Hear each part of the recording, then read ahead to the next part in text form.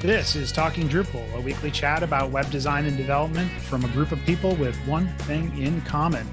We love Drupal. This is episode 310, Drupal 9.2. Welcome to Talking Drupal. Today we are talking about Drupal 9.2 with, for the first time, Angie Webchick Byron. Hello. Angie is Principal Community Manager at MongoDB, formerly working for Acquia and Lullabot. Angie is a Drupal core committer, product manager, and recipient of the 2008 Google O'Reilly Open Source Award for Best Contributor. She's a co-author of the O'Reilly book, Using Drupal. She got her start as a Drupal Summer of Code student in 2005, and since then has completely immersed herself in contributing to open source and helping others to do the same. Her work includes patch review, user experience initiatives, strategic initiative coordination, testing and quality assurance efforts, improving and fixing documentation, and general community cat herding. Angie, welcome to the show, and thanks for joining us. Awesome. Thank you so much.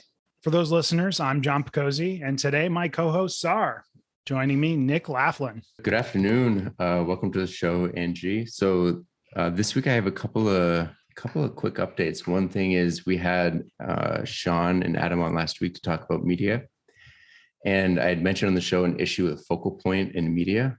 And I'm happy to say that after the show I was able to resolve that issue. So it turns out that the media library is the one thing in Drupal core that actually uses form displays. And you have to set up focal point on the media library display if you want to see it in the media library. So yeah, thank you, Sean and Adam, for kind of pointing that out, and hopefully that will help out some listeners. So Sean was right. It was user error. It was 100% user error. Okay. And then I just want to give a quick shout out to Greg Boggs. He was on episode 259 talking about the maintainers initiative. And he was on the support channel yesterday, I think. I've been having an issue with multilingual breadcrumbs where randomly the breadcrumbs disappear for one language. It's not always the same language. And it seems to be random. You clear cache and they work again for a few hours or until the next deploy, and then they're broken again. And he's a maintainer of the Easy Breadcrumb module. I happen to be using the Menu Breadcrumb module, and but he still jumped on and kind of pointed me in the right direction. I think I may have a fix for it, but just wanted to say thanks for the help. You know, I don't think I've ever seen a thread with that many comments on Slack, but yeah, he helped out with the patch, and hopefully we can have that fixed in the next couple of days. Interesting. Nick had reached out to Stephen and I, and because both of us have done a lot of work with translation, and he was asking about breadcrumbs. And I admittedly had said, I don't think I've ever translated breadcrumbs. So what ended up being the issue, Nick? Was it a core issue, module issue? I think it's the module doesn't add the language properly to the cache context. So it adds some subservice, I think, and it's just not, and it also doesn't add the route. So I think it's just missing a cache context. The thing that is confusing to me, to be honest, not to go down this rabbit hole too deep, but I basically just kind of said, hey, if there's a language, add every cache context that could possibly be needed, route, path, and language. And it fixed the issue for me. And then, as I mentioned, Greg kind of went in, looked at it, cleaned it up a bit, and produced a patch that is functionally the same. But the issue is happening again with that patch. Like basically, so I basically said, if there's language, add these cache contexts. He basically said, hey, we want the route context anyway because it's route based. And so he just kept the language one and the language based one and put the route one always. And then further down in the code, the path was already added as context. So functionally, whether you add them at the same time or add them separately, they should act exactly the same, but it's not. So there may be a core thing as well, but I need to spend some more time on that today. Joining us, filling in our third seat for the second week in a row now, I think. Third week is Chad Hester. Chad, what's going on with you? Always so much. So we just got a call on Friday from our contractor. We were trying to book some time to redo our back porch because the whole thing's like sinking. We're at the top of a hill, erosion, the thing's sinking. And we're trying to sell our house by like June next year. So it's one of those things that it wouldn't pass inspection. So we're going to redo that. He gives me a call on Friday and says, we can start on Monday. So if we hear any noise, it's probably somebody banging outside, building a back porch. We're no strangers to house noises, whether it's cleaning folks or people doing roofs or various other things. So, and after that, Shelly and I, my wife, we're probably going to try to move to BC for a year, give or take. Try to go through the immigration process, and then maybe try to buy a house in like New Brunswick, because we like to travel. And I don't think we can afford to travel if we try to live in BC. Yeah, that is very true. Yeah. So wow, that's awesome though. If you manage to pull that off, look me up, because I'd love to, take you to some nerd bars and stuff like that up here. It's really fun. Yeah, for sure. I'd love to do that. Are you around there as well? Yeah, I'm in Vancouver, or well-ish. I can't afford to live in Vancouver, so I'm in. Not many people can. Yeah. Yeah, we might do like long-term Airbnbs, just so we can get furnished apartments or houses, and we don't have to bring so much with us. Put all our stuff in storage. We're going to sell absolutely everything we possibly can. It's just daunting to try to do that. Though. What an amazing adventure! That's great. Yeah. We have a dog and 2 cats, and that's it. So. I feel like the task of selling everything is daunting, but then once everything's gone, it's going to be very freeing to be like, okay, where do you want to go now? Let's go. Well, I'm very type A, so I did an entire home inventory and put a value beside every single thing. And I actually found a service that will sell everything in your house for, I think it's 30% of whatever the sale is, and $700 if they do the inventory, or, whatever's higher for, if you do the inventory. Wow. And that's just amazing too. My mother-in-law mentioned, they have services kind of like estate sale sort of services, but it also works for like quick downsizing sort of moves. And I'm like, this is perfect. That takes all the stress out of everything. If I don't want to list like on Facebook Marketplace or things like that. So yeah, like estate liquidators. Yeah, we're so looking forward to it. We're starting to actually tell friends and family and stuff. So now we're telling the world, kind of. But all 5 of our listeners. Yeah. Hey, I'm one of them. I'm kidding. There are at least 10. 3/5 of them are on this call. No. Yeah. Not me. We already talked about it. I don't listen. Oh, right. Okay. And after I heard that Angie was going to be on the show, I said, you know what? I probably still have that Webchick shirt from 10 years ago, and I dug it up. And it's actually a signed shirt. My friend Brock, he said, hey, let's go get Angie to sign this. And Angie and Joe both signed this. So this is the first time I'm wearing this shirt. Oh, that is so cool. I can't believe you dug that up, man. That's amazing. Wait a second. It's 10 years old, and this is the first time that you're wearing it? First time. I was just holding on to it. Yeah, I generally wouldn't wear a signed shirt either. It's coming off after the show. Yeah.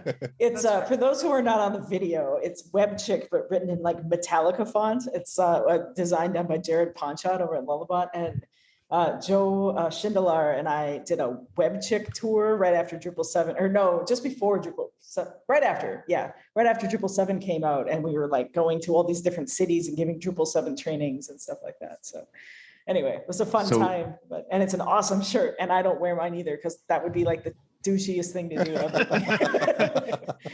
Shameless self-promotion right there. Was that Jeff Robbins that sang the promo video too? Yeah. The rock you like a hurricane, whispering it almost. That's awesome. So Angie, what is going on with you? Yeah. So, Chad had talked about adventures with houses and stuff like that. I recently had a house adventure, which is that we were on vacation to Tofino, BC, which is this lovely little, kind of surfing town on the coast of British Columbia. And on our way home from that, we had a lovely vacation. So that's the good news. It wrapped up. It was nice. Took my daughter surfing. I fell about in the ocean a bit. That's how I surf. Like surfing. Anyway, it's my girlfriend's like favorite place on earth. So we spent some great times there. On our way back, we get a call. And you know, my phone is powering the music in the car, and so this call interrupts the music, and I'm like, oh, who's interrupting my music? It's this Mike guy. I don't know, a Mike, you know, whoever, and so I'm not answering that. And then all of a sudden, Mike, whoever it was, hangs up with me and calls Lisa, and we're like, oh no, like what random guy named Mike would know both of our numbers unless something was wrong with the house? So it turns out. We have a townhouse that is, look, it's a weird configuration, but basically it's below another townhouse unit up here. And the townhouse unit above, their cold water intake pipe burst, and it had been leaking water into our apartment for hours before anyone found it. And then, so Mike was great. He was like, really sorry, but I broke into your apartment because, or your house, so I could like start ripping stuff out of there because there's standing water in there and it's no good. You know, we're like, well, we're 9 hours away, so we can't even see it till this evening. And anyway, so long story short, all the ceilings, the walls, the floors, everything had to be ripped out of there. And so we're currently living not in our house over in New Westminster, which is like a half an hour away from there. We're going to be here till at least Halloween or something like that. So I apologize because I was supposed to be on this podcast like a month ago, but it was right when that all happened. And I'm like, I'm living on a motel right now. I really can't with anything at the moment. So that is totally fine. Yeah, it's totally fine. I think you are the first guest that we've ever teased ahead of time. Ooh, so people like long tease. Okay. Well, no, I said, actually, I did it like maybe a week before. I was like, yeah, it's safe. And I said, hey, Angie's going to be on the show next week. So we have that to look forward to or something, I think, in the Slack channel. And then you messaged us. And I was like, okay, that teaches me not to tease anybody. Like I knew you Nick learned a very valuable lesson. A very valuable lesson and humbling lesson. No, but I am really sorry because I was trying so hard to make it work. And I'm like, no, it's just, that's one more thing. One more thing you didn't need. I will, however, in the show notes, put the link to a very cool thing that I found, which is a leak detector that is Wi-Fi enabled and sends alerts to your phone when it senses water. Short story there, because people are like, why do you need a leak detector? Some pipes under my sink at one point came a little loose and started like leaking into the cabinet underneath my sink. So went out and got this leak detector and fixed the pipes, but they were still not 100% like, you know, solid. The next time they started leaking, it went into the tray set the leak detector off, and we were able to avoid a huge mess. So that's great. I will put that in the show notes for anybody that may or may not need that fun piece of I sense another home automation episode coming up. home censoring and I guess home automation, if that's I'm going to recommend that to my upstairs neighbor for sure. Yeah, seriously. Or tape it to your ceiling so that way. Hey, wait a second. Hey, you hear that beeping? Yeah, shut your water off. My update's pretty quick. I, like many, use Lando as a local environment. Lando just released a new version. Yay. But I noticed that I also use Homebrew to install stuff on my Mac. And I noticed when I went to go do my brew upgrade, it didn't pull Lando. So they also package a nice little script that allows you to run it and update the version and the puts in a pull request or merge request for Homebrew to get that updated.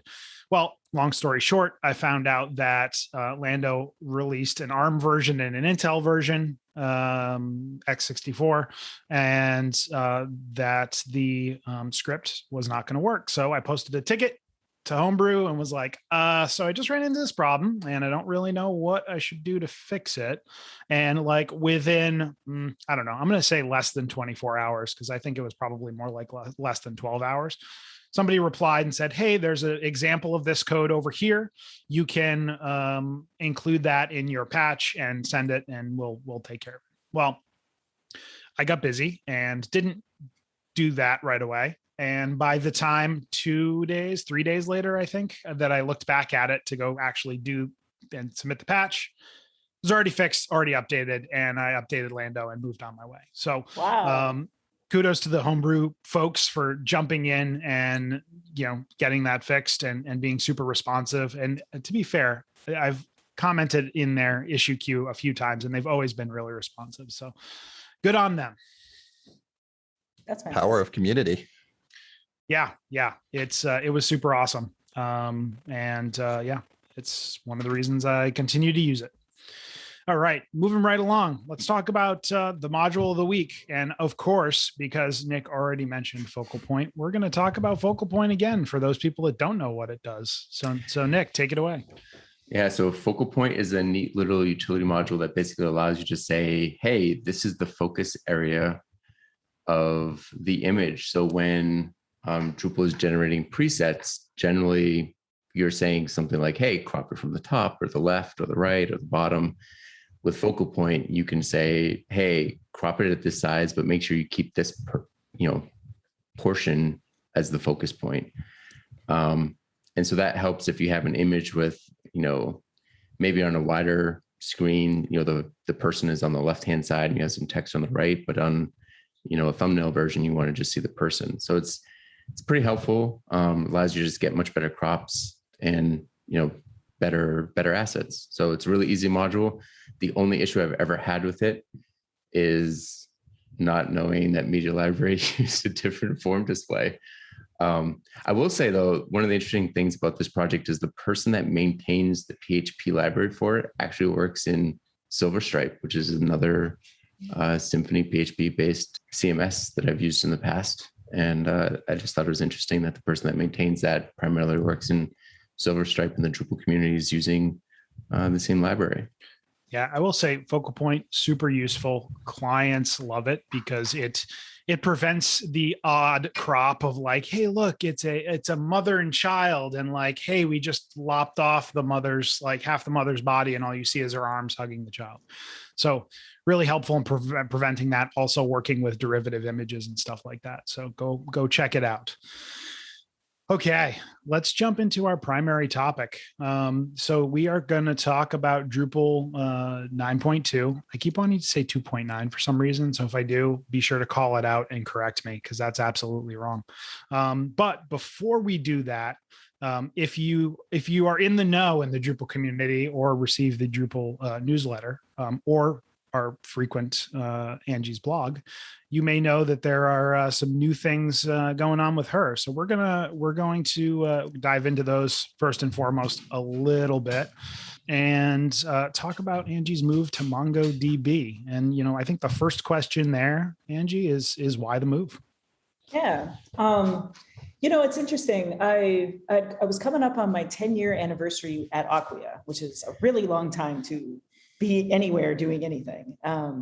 And that's always, those nice round numbers, they kind of always like, like, what am I, it causes some, sort of like standing back and reflecting and this kind of thing, and, I was kind of surveying things and I thought, I've been in Drupal for a long time. I got started in Drupal in 2005 as a Google Summer of Code student. So like 16 years basically. And then that time, have managed to kind of like help Drupal grow through all of its major kind of, growth experiences. So, when I started, Drupal was kind of like a toddler sort of banging into furniture and stuff. And we had to like, start things like, why don't we have automated testing? And why don't we have, some of these other things, and then, and then Drupal kind of grew to its early teenage years, and there was like a fork, and there was like, all this community strife around, various different things. And there was a lot of work on the governance and trying to manage all of that. And, and now it really feels like, in 2021, Drupal is really kind of like, they're an adult downtown. They got a nice place on the water overlooking the net. You know what I mean? It's like, does the releases come out when they should? The security releases are on a cadence. The product has a roadmap. You can look and find out what things are working on instead of it just being completely grassroots ad hoc kind of thing. And, it's ready when it's ready. And so it kind of felt like, I had reached this point where I'd like really helped Drupal climb to like this place where it's like, it's in a good spot. Like, I'm really happy with where Drupal is. I feel like it's going to be okay. So I just kind of started like kind of farting around with different technologies, to be honest, because like, it was 2020, it was the pandemic, and I was like, all right, well, let's have a hobby that doesn't involve going out with your friends. So I would just like, do hello world applications and different things or whatever. And then also, as I was doing that, start to explore the different communities around these technologies and those kinds of things. And MongoDB kind of stood out because like every which way they emphasized their focus on diversity, which was a big call out to me. I'm a queer woman. And so, seeing that their, health benefits, for example, included, like trans benefits and, like treating, spouses as the same when you're doing parental leave and these things. It was like, wow, that's pretty cool, And I had known about MongoDB since 10 years ago, the Drupal 7 days. Because that was when Drupal 7 got a database abstraction layer. And so there was a bunch of those folks that came to our conference at DrupalCon to try to figure out how to make the MongoDB driver work with our database abstraction layer. And I was really impressed by them. They were just like really smart, really like sharp, but not like, there's people who are smart and they know it and they're like, oh, blah, blah, but these are like our kind of smart people, they were smart and they were like, oh, let me help you with that. And I don't know. So I always had this like mental smiley face next to MongoDB. And I worked with Steve Francia on the Drupal Association board back in the day. And anyway, so a friend of mine back in April, said, hey, they're hiring this VP position. Why don't you apply for that? And I'm like, I'm not a VP, but whatever, I'll talk to them, that's fine. And I'm not a VP, I'm a principal community manager. But through that process, I got to meet almost everybody on their leadership team, especially in the DevRel and the education space. And I was just blown away. They're just very smart, driven people. And they were like, we really want you to come here and we want to give you time to work on Drupal as well. And I was like, oh my God, that's amazing. So yeah, that's kind of how it happened. And it was, very bittersweet because I really love Acquia and I love my coworkers at Acquia. It was hard to leave Lullabot as well for the same reason. But, it seemed like an opportunity though to say, well, help Drupal grow through these, many, many years. And, and MongoDB is an older technology as well, at least 10 years old, but in some ways they're just starting to grow their kind of community, their open source contributor community and this kind of thing. And so it felt like another opportunity to kind of bring some things from Drupal, but then also kind of look up further afield and see what's happening in other technologies and bring that back to Drupal as well. Amazing. That was a long answer. I'm so sorry. No, that's great. It's good to see how it's matured too. So it's not like some sort of fledgling startup sort of thing. It's really well established. So what are you going to be doing exactly while you're in that job role? Yeah, so it's interesting. The community team there is kind of new. So we're still sort of figuring things out, but ostensibly what I'm going to be working with is kind of the more experienced users who've been around for a little while. So they have like a program called MongoDB Champions. And so these are people that have like a lot of experience with various versions of MongoDB, do implementations in the field, and then also kind of building out, like looking at the contributor journey and where there's some pitfalls in there, and then trying to make that much nicer. And then sort of, talking to these people, forming relationships with them, and then using that to help kind of it bi-directionally. So for example, if I run into somebody who has an awesome blog and lots of great technical content, it's like, great, why don't we put that on mongodb.com as well and get much bigger reach, Or if I'm talking to someone who's a great idea for the product, connecting them with someone in the product team to, go back and forth with that, or encouraging them to contribute it back and walking them through the steps of how that works. So that's theoretically the kind of space that I'm going to be working with, but still very early. Right now I'm going through my new hire technical training, which means I'm learning how to write JSON queries and what replication and sharding is and stuff like that. So yes, I expect I'll know more in the next, in the coming weeks. You mentioned you're kind of excited to introduce some things to MongoDB. You're also excited to bring things back to the Drupal community. Are there any particulars that you're expecting to go from the MongoDB community into the Drupal community? Is there anything already that you're seeing that, hey, this is something that Drupal could be doing better, or here's a different way of doing things that might be worth considering? Yeah, that's a really good question for me. Like 3 or 4 months from now, because right now I don't have like a go-to, because again, I spent my first couple of weeks at MongoDB dealing with house stuff. I'm still very new. In general, there's been several things that I really appreciate about the way they go about things. There is one, but I don't think I can talk about it right now. Let's skip that question because it's too hard. Sure. The reason it's hard is because MongoDB is a public company, and so there's a lot of rules around what you can and can't say, and I don't know what they all are yet, so I just don't want to step in anything that could get me in trouble. I sympathize with that as somebody who recently joined a public company. There are many rules. There is a very deep rule book. So maybe let's go the other way if we could. Like, is there anything from the Drupal community that you're excited to bring to MongoDB? Yeah, I think Drupal is really special. Drupal is one of those projects that really got community right and through all of the various steps in the scaling that it did.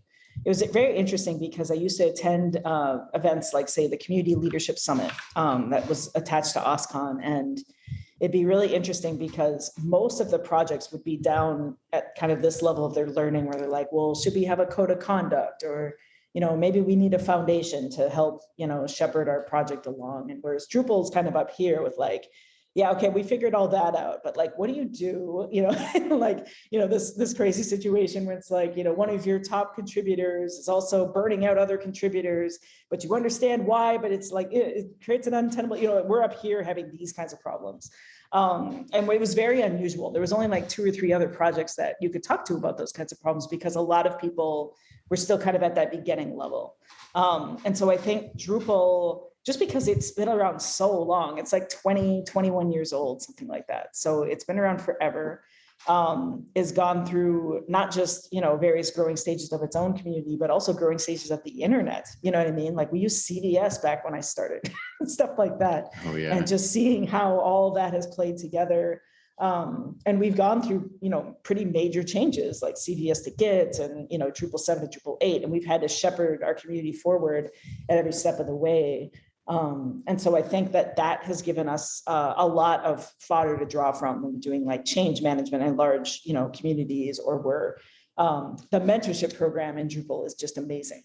Like the fact that you show up to a DrupalCon, there's all these people in t-shirts that have already like looked through the issue queues and have an idea of what everyone should work on. Like that's amazing. Are you a contributor to the Drupal project or a maintainer of one of its many contrib projects? Do you wish there were more people trained to contribute in constructive ways, who understood how we work, the tools we use, and how to write really good issue summaries and update comments? At DrupalCons and many Drupal camps, contribution mentors from all around the world work to pass on important knowledge to the community about contributing to Drupal. We are looking to increase the number of mentors who can do that vital work, and on 17th of September, we will hold a mentor summit in multiple time zones. If you already contribute to Drupal by lodging issues, testing, reviewing, patching, or documenting, we would love you to come along and learn how the core contribution mentors work and join in one of the most rewarding things anyone can do in the Drupal community. There is only one thing better than watching your first piece of work being added to the Drupal project, and that is mentoring another through to get the same feeling. Go to drupal.org/community/events and click Contributor Mentor Summit to learn how to join us on the 17th of September. So I want to those are the kinds of things that I want to figure out how to mesh, with MongoDB is a very different, it's not a GPL open source, community grassroots thing. It's very much owned by MongoDB Inc. And the license is interesting too, because it's not quite an open source license as in the OSL or the OSI approved, because they're, Amazon, they've tried to combat that whole problem. So it'll be interesting to see how those two things mesh, but I think Drupal just has a wealth of, best practices and lessons learned the hard way and whatnot that we can bring forward. Have you ever read John O'Bacon's book, People Powered? Mm-hmm. Yeah.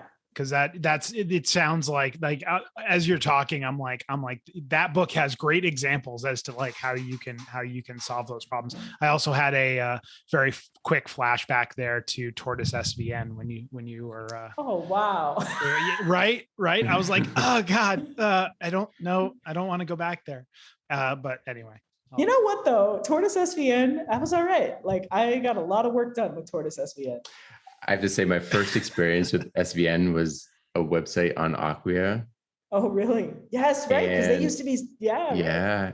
And I remember the repo was 13 gigabytes and Acquia limited me to like 10 kilobits or something. It took me like a week to download the Oh my thing. God. Oh my God.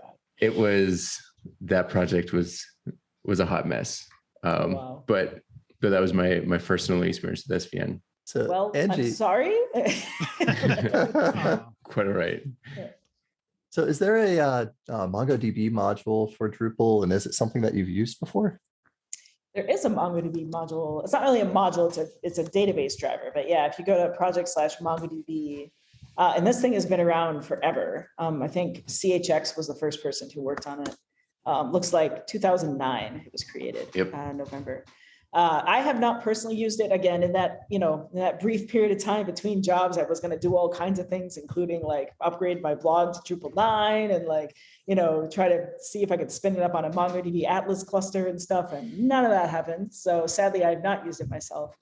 Yeah, I know CHX worked on it. He's very smart about all the things. And I know there was a lot of work, particularly back when it was first being created to get it working really properly. The one thing I think it struggles with, and this is not a fault of the MongoDB driver as much as it is how Views works, but Views works by basically appending SQL query statements together in order to build a query. And I think that is going to be hard to do on something like MongoDB, but maybe not. Maybe they figured it out by that. But I know when I was talking to my new boss, he said that was a real sticking point back when they were using Drupal for MongoDB.com. Is it's like, we can't use filters and arguments and stuff. And it's like, oh, well, that's really sad because that's like half of the reason to use views, So Mongo, to talk a little bit about MongoDB itself, it's NoSQL, correct? That's right. Yep. And so do you think it's more useful for something that's like logging or, maybe even transactional stuff where it might be higher throughput, but less, like you said, you don't need the views type functionality necessarily on it. It's just a way to kind of offload some of that higher DB intensive stuff. Yeah, in the context of Drupal, I guess it might be more useful for that, but people use MongoDB for literally everything. Yep. So, but just that Drupal, the views module specifically, has a lot of baked in assumptions around the fact that you are using an SQL database. I think that's where, at least early on, there were some problems. But no, MongoDB, they use it for literally anything that you can imagine. It gets used in retail, it gets used in higher ed, it gets used in, but yeah, it does get used a lot for like, say, massive financial systems where they have to log everything that happens in the world and then visualize it to, pull queries on it, stuff like that. Yeah, that's a major use case of it for sure. Okay, so let's jump into Drupal 9.2 and all its greatness. Before we specifically talk about what's new in Drupal 9.2, let's talk about some of the steps that we're taking to get to Drupal 9.2. So sure. Can you tell us a little bit about what goes into kind of preparing for a point release? Mm-hmm. Yeah, so a bunch of different things. When it's a point release, it's a little bit less, but I'll talk about the major releases as well, because that's kind of interesting. So there's this notion that Drupal has of strategic initiatives. This is a relatively new thing that's only been around since, say, Drupal 8. But this is where, Dries, goes out and talks to a bunch of people, and he hears a bunch of things and also looks at like kind of where market trends are going and kind of decides, okay, these are kind of the main, and we try to keep that list small, say 5 to 7, if we can. I think in Drupal 8, it was like 12, which was way too many. We try to keep it small. And those are like the kind of the big, if you think of them like, foundational blocks in a given major release. And something that's interesting about Drupal 8 and above is we're always building the next release in the current release. And what I mean by that is that even though 9.2 is the version that just came out, what you'll see in there is a bunch of stuff that's leaving these foundational blocks for what will eventually be Drupal 10. And the reason we do that is because we build things now in a way that it remains backwards compatible for each version. So all the Drupal 10 stuff runs fine in Drupal 9. When Drupal 10 finally gets released, they'll remove all the backwards compatibility layers. I'm sorry, because I know a lot of you know this already, but just in case people don't have the context. Assume we know nothing. Okay, great. Yeah. So strategic initiatives are kind of the top-down ones. There's also community initiatives, which are more bottom-up. So a good example of that one is, say, the Bug Smash initiative that Lee Rowland started down in Australia. And so they're kind of taking a look at like, what are the bugs that have been around the longest? How many of those can be like get fixed or closed out? You know, what are the most popular bugs? Like, what are the ones that are biting the most people? And they start looking at that, really to try to bring our bug counts down and kind of, contribute to, reducing overall technical debt. So this is something that, it's not really a strategic initiative because, it's bad for the project lead to be like, Drupal will be more bug free. And, because then it just leads people to be like, oh, it's really buggy now. I don't know about that. That's, ignoring the fact that like all software has bugs. So, but that's an example of something that would be a community initiative. So people are encouraged to, basically say, this is my itch, I want to scratch it, and then form a team around that and go. So that's kind of the first thing. And then within that framework, we sort of set goals for each point release. They are very soft goals because this is open source software. We don't, even when you can pay people to work on open source, you can't pay everybody involved in making a decision around open source. And so, there are things that we strive towards doing. And then the idea has been moving away from, in Drupal 8, we had a lot of like big bang things, like, Scotch, for example, the layouts initiative, the first version of that was like one massive 700K patch or something like that. We're trying to move away from things like that and more figuring out how can we take what we have and get to where we want to go and do that incrementally along the way. So there's a lot of back and forth between product managers and the initiative teams on that, what the right strategy is for this. And then the biggest thing that we work against are the release dates. So there's a page on Drupal.org called, what is it called? Sorry, clicking it. Drupal core release cycle, major, minor, and patch releases. And so those give you the deadlines that we're working with. So for example, oh geez, this page got a lot more confusing than the last time I looked at it, but anyway. So we're currently working on 9.3, and 9.3 alpha release is going to be October 25th, 2021. That means that your effective deadline for getting that done, whatever the thing is that you're working on, is October 25th, but it's really a couple of weeks before then because everybody tries to make October 25th, and then the core committers are running around trying to review everything. It's a big hot mess. But anyway, so we work towards those deadlines. At alpha, we shut off the feature development. At beta, we shut off, anything we were trying to clean up loose ends of. And between beta, release candidate, and or between the release candidate phase and the release phase, we try to get hardly anything in there, especially nothing that would create an upgrade path or that kind of stuff. So as a Drupal developer and Drupal user, those scheduled releases have been fantastic. I mean, even just even on the selling Drupal side, like say, hey, we know twice a year we're getting some new features, and pretty much monthly we're getting some bug fixes, and then there's a security team. I'm curious if those deadlines are helpful I imagine they are, but I'm curious if they're helpful on the other side, just knowing like, hey, I don't need to even necessarily wait for this particular feature. If they're not done by this date, it moves to the next one, and you just have defined expectations. Has that been helpful from your perspective as well? Or has it been more painful because everybody's trying to get everything in at the last second? From my end, it's more painful than not painful. Like the nice thing so in the olden days, like Drupal 7 and below, when Drupal N+1 came out when it's ready, those were heartbreaking days because if you didn't make code freeze, you didn't know when the heck you would ever get your feature in, right? Like it could be years, if you missed the Drupal 7 cutoff in 2009, I think it was, then you literally couldn't get a new feature in and released to the world until 2015. There was a 6-year gap between that period of time. So that part is great. The fact that if you miss a particular release cycle, you've got it 6 months later. Yep. Great.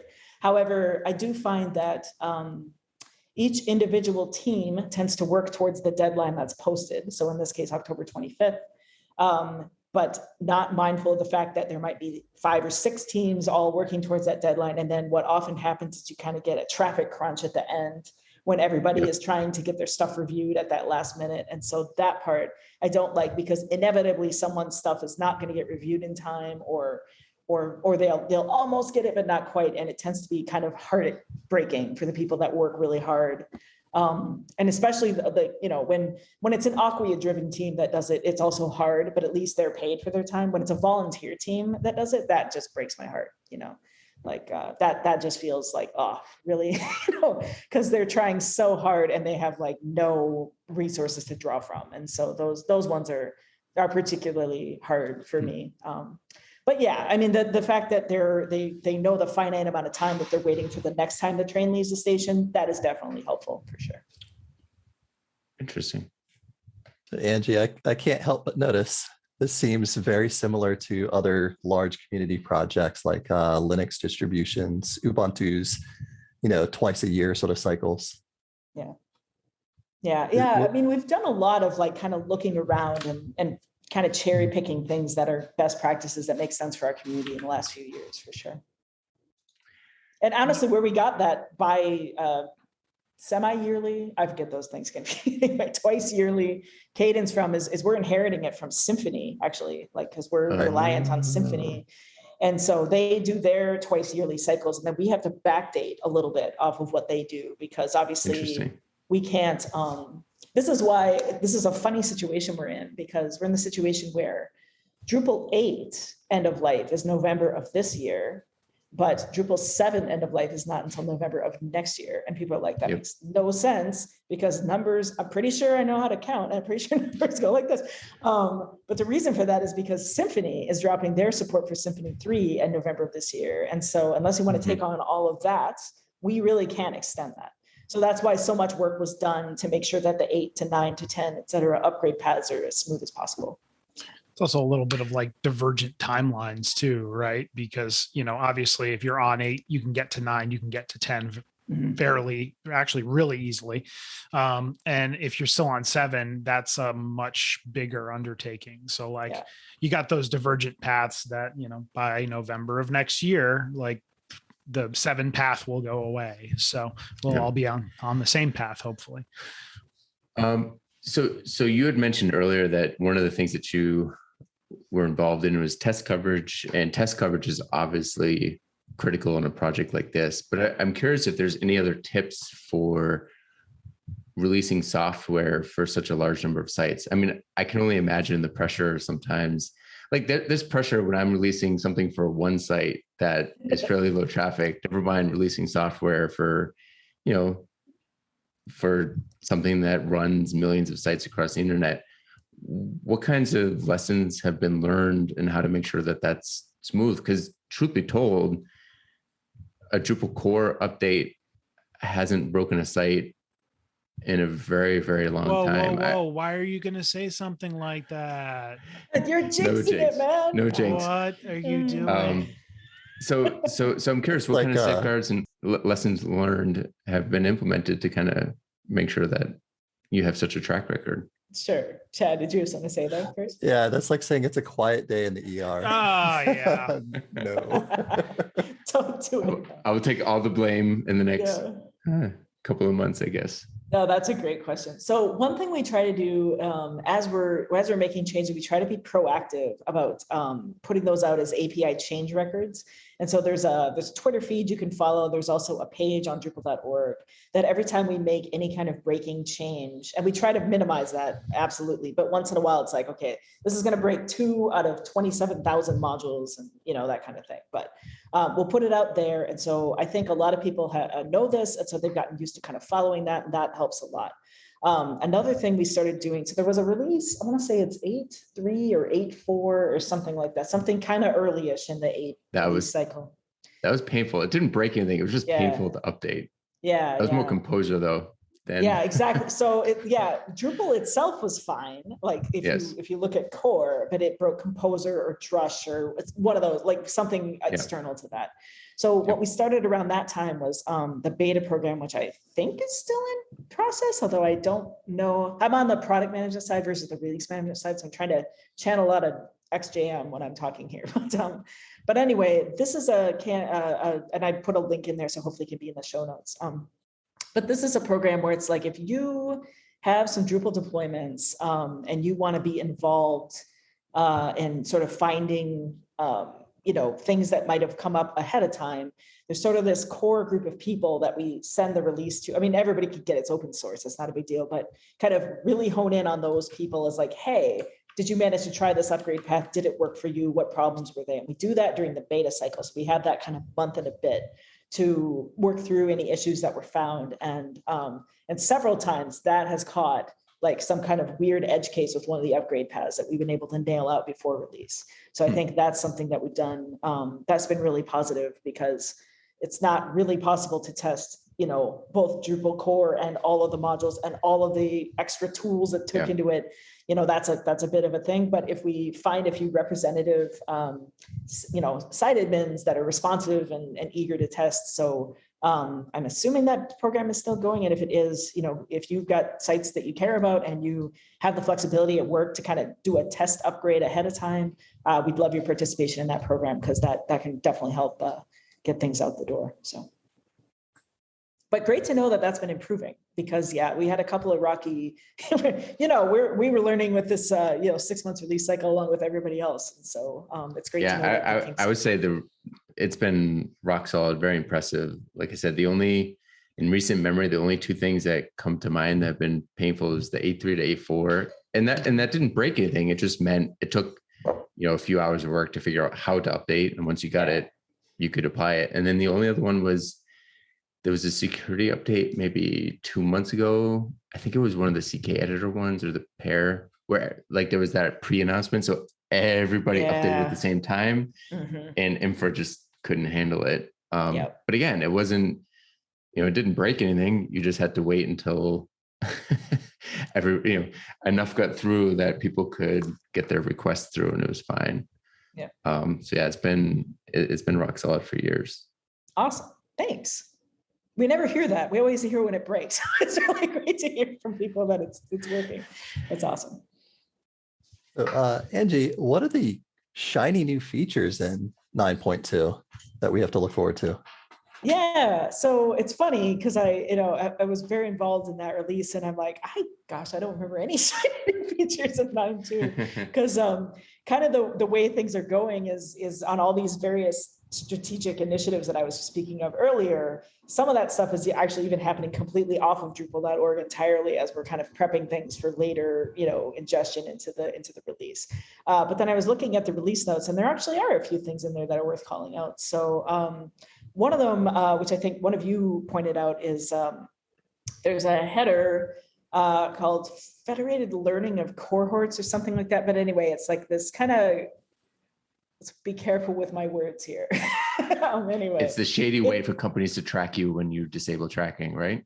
There we go. Yes, thanks. So Nick said it, I didn't have to say it. Anyway, so we've joined along with several other kind of content management platforms. It's like blocking that stuff out of the gate so that people can't be surreptitiously tracking what users are doing without their consent. So I'm really happy that that's something that made it into this release, because that's really important for the privacy of our users. We also have a brand new shiny readme.md file, which I know doesn't sound like that great, but it's actually great, because when you go and browse Drupal on GitHub or GitLab, it's now got like a nice little logo and stuff like that, and kind of part and parcel of some of the work that we're doing to bring Drupal, especially Drupal development stuff, into the more modern age. So Gabe Sullis worked on that, and that was a really great improvement, because then people coming into Drupal from outside of Drupal.org have just a more pleasant experience. And then the Olivero team has been busting their butt, and they got a bunch of new stuff in there. They're not quite ready to like pull the trigger on that just yet, but they're really targeting 9.3 to be able to mark Olivero stable. And for those who don't know, Olivero is a new front-end theme that we were aiming to make the default front-end theme to replace Bartik, which was done in Drupal 7. And it's beautiful, it's accessible, it's wonderful. I'm really excited when we can roll that out.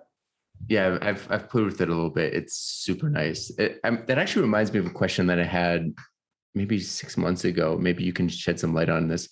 I remember when, I think it was Migrate or Layout Builder was put in, the idea was that things got put in as experimental, and then they had 2-point releases to become stable.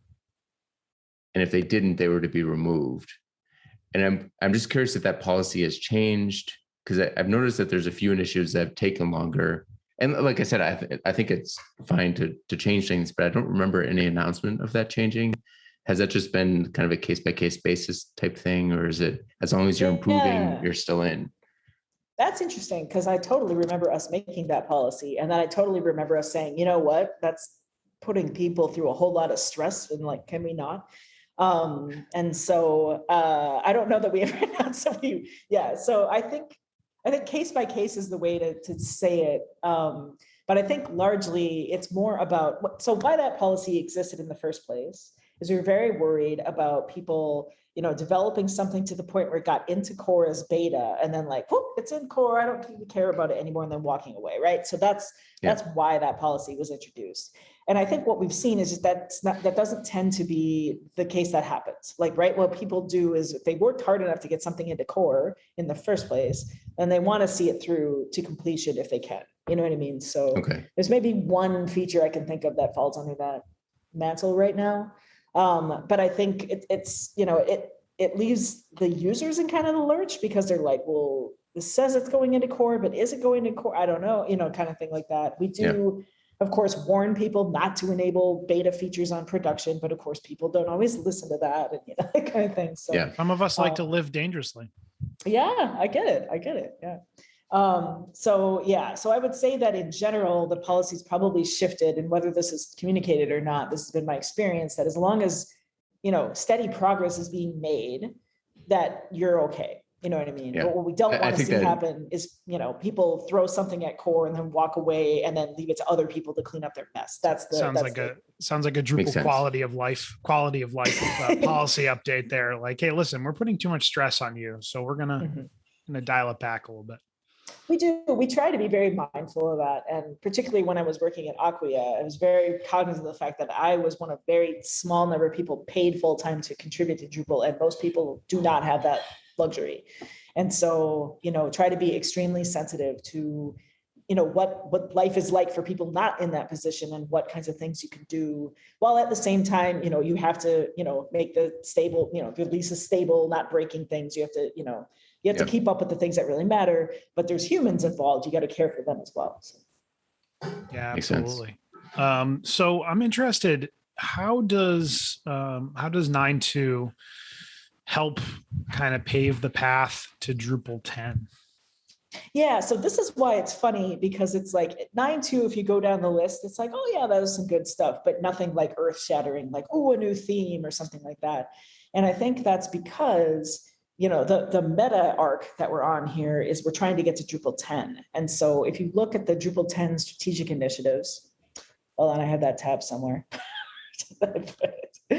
Oh my goodness. And she gets the award for like most prepared, because I feel like she probably has a tab for every talking point, which is awesome. Pretty much. It becomes a problem though after a couple of talking points, but yeah. So if you go down the strategic initiatives page, and you look at the different ones. So automatic updates is a great one, for example. Automatic updates, the way that is being done is by working with what's it called? The Open something foundation, part of the Linux Foundation. Anyway, they have this spec called Tough, which is done for automatic updates, safe automatic updates for applications as a general rule. And the original spec is written in Python, but it's been ported to lots of different languages. So the way in which automatic updates is being done is running a PHP version of the Python driver and integrating our stuff in with that, figuring out how Composer is going to work with it, all these kinds of things that are all happening not on Drupal.org. This is all GitHub stuff, And what you'll see about automatic updates in 9.2 is, for example, we now have a way to show if there was ever, goodness forbid, another Drupal get-in or, one of those kinds of situations. We now have a way in the interface to alert people, hey, there's a security update coming down the pipe. You need to know about it. So for people who are not following Drupal.org and just have Drupal as an incidental, that's a feature that they get now. And it's coming out of this automatic updates work, but it's sort of like, feeding into it gradually, if that makes sense. So like a more dynamic update alert, basically, if I'm understanding you correctly. That's right. Yeah. Yep. Cool. Yeah, and it's a pull in case of emergency thing because it's in system module, so you can't really you can turn it off, but it's not, you'd have to get into settings.php and set something. So the idea is we only use it in case of a major emergency so that people would be alerted and be able to help. Sidebar. I was going to say, in the system module, I've always been tempted to like turn off some of those core modules and just see what happens, like node system, and just see what the Drupal site looks like without those. But yeah, I know, I think that's a great first step. And I think that that's one of the cool things about this new development process. Like you said, everything's incremental.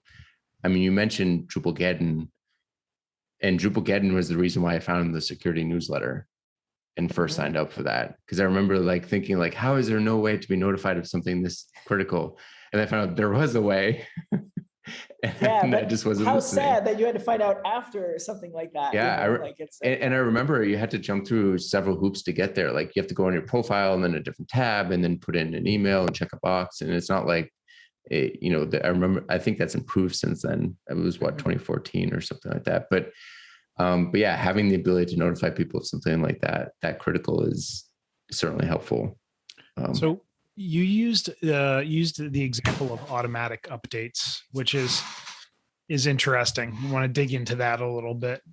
Sure. As far as automatic updates in Drupal core goes, how do you feel? And this might be a dangerous question. So is this a loaded question, John? Feel free not to answer it. But like, how do you feel about automatic updates in Drupal core? Because I will say, admittedly, when you first mentioned it, I was like, oh, that sounds like it's going to be dangerous and then you kind of explained like, we're using other communities frameworks and stuff like that. So I felt a little bit better about it, but I'm wondering like, what's your take on it? Yeah, my take on it is that if you, let's see, I'm trying to find that URL, but if you go and look at the Drupal usage stats, you will see that only a very small portion of users are on the latest stable, secure release. Most of them are straggling out back here somewhere. And that's bad. That's bad for Drupal. That's bad for our end users, everything else. So I can tell you the data backs up the fact that we need this feature because, while there are individual, sysadmins who are like on it and like follow the Drupal.org security newsletter and things like that, the vast majority of our users either don't, or the person that they rely on to do their site updates only comes once a year, or who knows what their situation is. But it's leaving they're relying on Santa to update their websites. Yeah. Santa dropping his little security update packages down the chimney. Yeah. So most, quantifiably, most Drupal users do not have a plan for getting those updates. And so I think for them, this is critical. It's also like selfishly, I usually don't set up a Drupal site when a friend of mine comes to me with their new radical business idea where they want to make a store, but whatever. The reason I don't is because I know that they're going to be depending on me to do the security updates, and I am not going to have time to do that for them. And if that were just taken care of in the same way that it's taken care of in WordPress, and the same way it's taken care of, honestly, in any modern application, I would have zero qualms about that. And in fact, would use Drupal a lot more. So, so that's my take on it. And like everything else, it's flexible. So if you don't, you can opt out of using it if you don't want it. And they're also smart about the way they're doing it. That incrementally thing, and they're focusing only on core security updates at first, because that's the core problem that we have. And branching out from there as that. It really opens Drupal up to the smaller businesses again too, for that reason. Like many times they can't afford to have somebody come in once a month and run those updates. And if I have clients like that, I'd much rather get a call like, hey, it updated and something broke, and then have to take care of it, than, hey, the site was hacked because nobody's looked at this site for 5 years and there's been no updates. Because, if it's broken because of an update, other people are going to have that issue. I can fix it. I can figure it out and fix it. If it's hacked, many times you can't be sure that it's ever clean again. Yeah, exactly. Yeah, that's super interesting. I think the use case where, building sites for family members, even though I typically take the same approach of like, well, you could use Drupal or you could go use Squarespace because that's going to be like somebody else's problem. Right. Is typically my default position, but like I think you're right. Like if this were, you could turn it on and kind of like set it and forget it and worry about feature enhancements as opposed to like maintaining things. I think that's definitely going to allow, to Nick's point as well, smaller businesses and relatives to start using Drupal. Yeah, the security thing is also really important because that is something the Drupal project has gotten so right. Like the fact that it's not just core, it's also most of contrib, or most of contrib that matters, or however you want to put it, that is included under that banner. Most projects are not like that. Most projects are like, we guarantee that this little thing is safe, and then good luck to you if you want it to do anything else. And so we worked a long time, very hard to build up that security, kind of reputation that we have.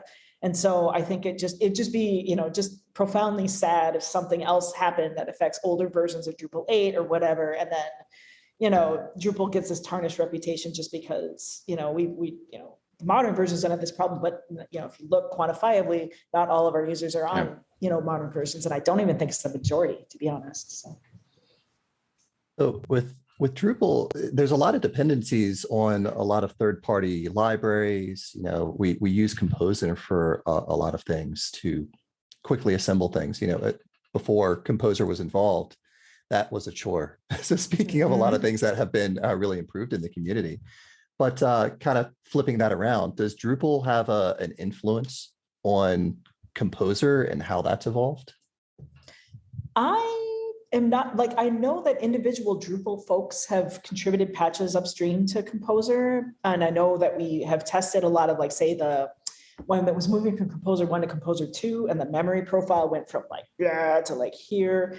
We did a lot of testing of that, but I'm sorry, I'm not as aware of any Drupal inspired Composer features. There are other people in the community who might be more familiar with something like that, like say Matthew Grosmick or maybe Moshe Weitzman, some of the people that work more extensively with Composer, but I'm more up here, so I'm sorry, I don't have a good answer to that question. Yeah, of course. Just really briefly, I noticed that there was one other kind of sneak peek thing in the latest release. I was wondering if you could talk a little bit about CK editors updates. Is there anything nice coming down the pipeline for that? Yeah, so there's a lot of work going on with CK Editor. That is all happening in a contrib module right now called CK Editor 5. And you can download it and try it on your website right now if you want. Again, a dev site, please, because I don't want to get murdered. But yes, basically the deal with that is CK Editor 4 support drops in 2023 or some later year, but it's a year in which it's going to overlap Drupal 10's release, and so we need to drop support for CK Editor 4 before Drupal 10 is released so that we remain in security compliance. But between CK Editor 4 and 5, it's just a massive re-architecture of the whole entire thing, not just under the hood, but visually as well. CK Editor 5 is much more one of those visual block builder things like you see in say Gutenberg with WordPress, that kind of stuff. I believe the initial idea behind that is just to more or less take the functionality we have and port it to CK Editor 5, so things like the dynamic toolbars and being able to, there's quite a lot of really smart stuff that's in CK Editor's integration in Drupal.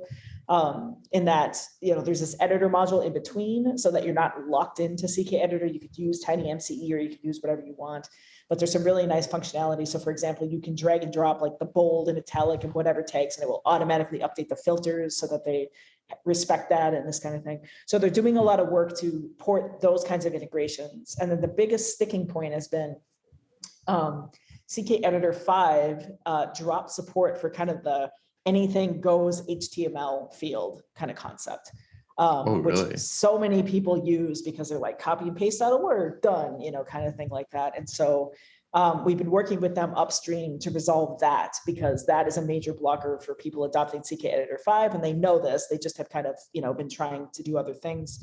And so that's where a lot of the focus is going on right now. So what I'm excited about is once that, in Drupal 10, we'll probably get more or less, here's what you're used to, but now it's CK Editor 5. But once we're on CK Editor 5, we have all kinds of flexibility to do way more on the front end, and kind of like really unique and awesome editorial experiences that were not possible with the old version, because the old version was like, here's a text field, I'm attached to it. And the new version is like a DOM editor, and you can do whatever you want. Oh, wow. So so I'm really excited about that initiative.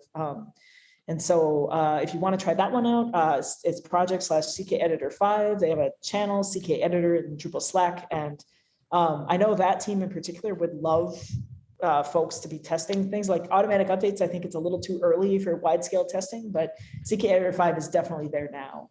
And particularly if you have some kind of unique uses of that field, it would be good to see how it fares in the management process. I mean, I'm just wondering how the people that love to paste from Word are going to fare once the switch happens. Hopefully they figure that out. Yeah, well, that's one of the requirements we have on our end in order to move to it, is that needs to continue to be supported. So it's just something on the CK Editor side. They focus more on like these top level features, and then that is kind of a migration task that was put off till later. But my understanding is that the team working on that at Acquia and the CK Editor team have been in close contact on that feature to make sure it exists. I think that kind of relates a little bit to a question about other improvements. So first, migration. We're talking about the behemoth of trying to move Drupal 7 or earlier into this new like 8, 9, 10 sort of framework. What sort of migration improvements are on the horizon? Yeah, it's interesting. The migration team is sort of going through this, what do we want to be when we grow up kind of thing, because traditionally, all the features that were in core related to migration were all really focused on that 6 and 7 to 8 and above migration path, right? But when we drop support for Drupal 7, then it's like, well, that no longer needs to be our sole focus. So what would we look at next? It might make more sense then to grow the migration system in a way that, is more accepting of like migrating from anything to Drupal, at that point, or making it more, adding a nice UI on top of it, so it can be more like feeds UI-esque, as and more, kind of approachable for end users and things like that. So the biggest thing that's happened in migration recently-ish is that we had tracked for a really long time all of the features that were missing from a 7 to 9 upgrade, and we'd also tracked a bunch of multilingual problems that were still existing and things like that. And 9.2 was the release where we resolved all of kind of the known major and above issues that we've known about with the migration system. So if you've tried a migration before from 7 or from earlier, and that has not worked out for you, you should definitely try it again. And that might work a lot better now. The other thing that's been feeding into that is my old job right before I left Acquia was to be the product manager for Acquia Migrate Accelerate, which is Acquia's kind of nice UI and various other niceties around the migration system to kind of make it easier and more approachable for Acquia customers to move from 7 to 9. But as a result of that, a whole bunch of edge cases and weird bugs and missing migrations for this module or that module got found, and that's all been contributed back as well. So if you have not done a migration in a while and you were cursing at it last time, you should try it again, because it's a good thing to give it a chance at. So just a clarifying question there, and maybe I misheard this, but so migration, framework API, the goal there was focused on Drupal 7 to Drupal 8, 9, 10 migration, as opposed to like migration from anything. I mean, obviously you can use it as a database to migrate things in, but just curious there, or wanted to clarify, like the focus was on Drupal 7, but once Drupal 7 goes away, like what's next? Yeah, I should clarify. So the migration system in Drupal is incredibly powerful and was written to migrate anything to anything. I'm pretty sure you could even use it to migrate from Drupal to other things. I don't know. But because it's written around the concept of a source. I know, right? Anyway, but it's written around the concept of, it's an ETL language. So it's written around the concept of a source and a destination, and there's transformations that occur between them, to remove padding or, whatever, that kind of thing. So that part is central to the migration system.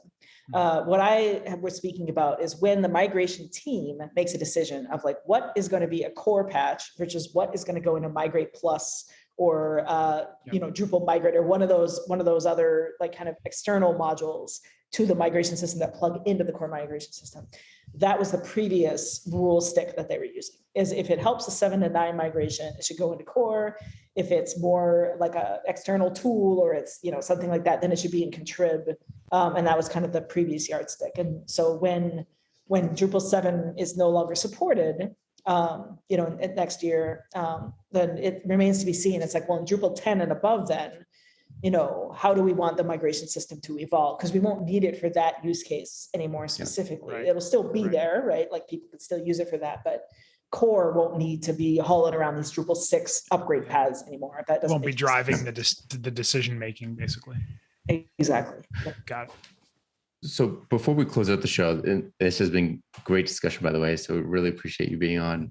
So we had Adam and Sean on last week to talk about the media subsystem, and we kind of got Adam's perspective as a core subsystem maintainer, what it's like to kind of, I think the word he might have used was pester core committers when he's looking to get something committed. And you talked a little bit about it, but I'm curious, what it's like on the other side as one of the 10, 15, 20 core committers that there are. How do you kind of triage that and making sure that you're trying to get as much stuff in as possible while also making sure it's been properly reviewed? How do you manage that? And do you work, how closely do you work with the other core committers to coordinate stuff? Do you like for this release say like, hey, I'll take these issues, you take those issues, or this, you were working this issue before, maybe you should take it back on your plate again. I think XJM helps with a lot of that stuff just from, being outside looking in, but I'm curious what that's like from your perspective. Yeah, so traditionally what we've done is we kind of have this spreadsheet of doom where we like grab all the stuff that's kind of borderline or stuff that's close or stuff that's like, oh, it would be really great to get that in, kind of things. And then also things that people have pinged us about.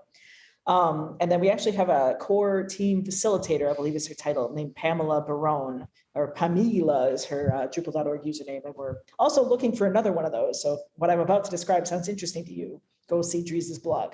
But anyway, so we grab this big spreadsheet full of things and then, we'll start looking at who's the best person roughly to look at this, that, or the other issue. And some of it's self-selecting. It's like, I've been talking to the Olivera team and I already know where that situation is at. So I'm happy to take these 3, or someone else is like, this is a really deep level performance issue. So maybe Catch, you can take that, that kind of thing. So traditionally we've kind of looked at some of that kind of stuff. And then I find a lot of it is, people sort of self-select towards, initiatives that are either something they're passionate about because they believe in it or because they need it for work or that kind of thing. And so that sort of thing tends to come out in the wash.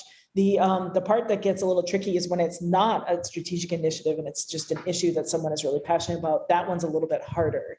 And for that, some core committers are better than others about accepting direct pings to be like, hey, look at this. In general, it's better. You have better mileage of doing that with a core committer you have a relationship with. So like, Adam knows he can ping me with media stuff, even if I'm not really paying attention to media right now, and that's fine. And I would like there to be a better answer for those kind of things than that, because that's not a great answer, I'm realizing. But what if somebody were to rent a blimp with the as Adam suggested hash on it and fly it over your house? Yeah, that sounds good. I mean, it would have to be an international blimp, so you'd have to somehow deal with international, air guidelines. I don't know how that works, but yes, no, that sounds great. No, I think, and my advice would be the sooner you can get things done, the better, because when you hit that crunch time a couple of weeks before the deadline, everybody wants something at all times, and that's when balls can get dropped and things like that. But if you're doing it, very strategically throughout the release cycle, and you're doing it kind of spaced out in this kind of thing, that helps a lot too. A lot of teams too have, and almost all team, I think, have kind of like a meeting cadence set up, so like a bi-weekly or weekly, time in Slack or whatever. Inviting a core committer to that would be a great idea, because then they have time to think about it and they're like, okay, that kind of thing. I would say reach out to Pamela maybe, because she can like get in touch with one of us. Yeah, that was actually one of my questions specifically, or maybe because you had mentioned a bug smash initiative too, because sometimes there's an issue that it's been fixed, it's been reviewed and tested by the community 10 times. Like you see, like initially reported in Drupal 5, and then it's like, okay, now it's been moved to Drupal 6, now it's been moved to Drupal 7, 8, 8.8, 8.9, 10, and each time there's a patch for it, and people confirming it works. And sometimes, is that the best way to get those kinds of issues in front of somebody, to just say, hey, this is something that we've been carrying around for 10 years. And we've had. Yeah, I mean, the advantage of the bug smash initiative is there's a core committer in charge of that, right? Which is Lee Rowlands. Okay. I mean, I don't know if he's in charge, but like he's one of the people who is coordinating that initiative. And so I would say, yeah, if you find an issue like that, that would be a good in for that kind of thing. And in general, if you can get it in through one of the major initiatives, that's probably the easiest thing, because that's what people are paying the most attention to. But the community initiatives that are well known, especially if they have a core committer on the team, those are a really good option as well. Yeah.